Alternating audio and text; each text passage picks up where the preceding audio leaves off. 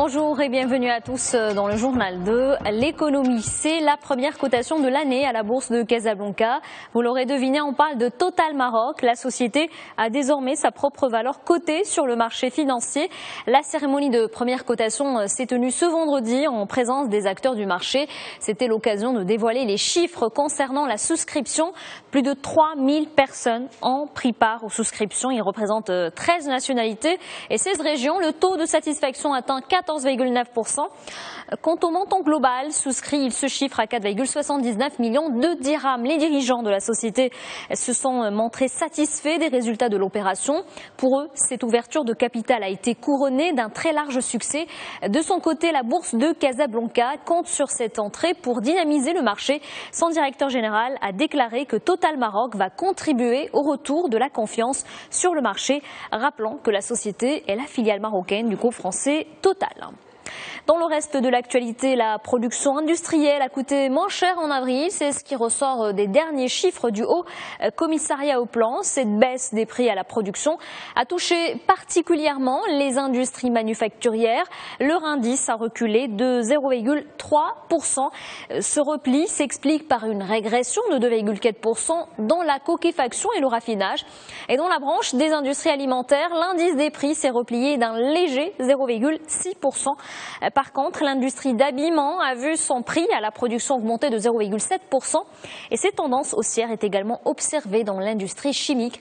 Pour ce qui est des industries extractives, le prix de la production est resté stable. Le HCP fait état d'une stagnation. Même constat pour la production et distribution d'électricité et d'eau. Les indicateurs demeurent inchangés.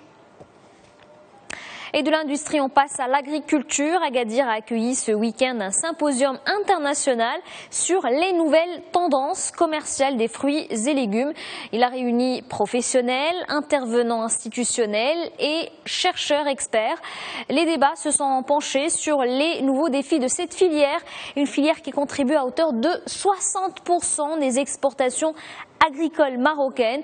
Elle représente également une source importante de devises d'environ 9 milliards de dirhams par an en moyenne. Et selon le ministère de tutelle, le volume exporté en matière de fruits et légumes au cours de la campagne agricole 2013-2014 a atteint 1,5 million de tonnes. C'est l'équivalent de 14% de la production. Direction maintenant la Côte d'Ivoire, on vous en parlait la semaine dernière. 8 candidats se disputaient le poste de président de la Banque africaine de développement. Le scrutin a eu lieu et c'est le ministre nigérian de l'Agriculture qui sort vainqueur. Adesina a été élu à la tête de la BAD. Il a pris ses fonctions vendredi dernier.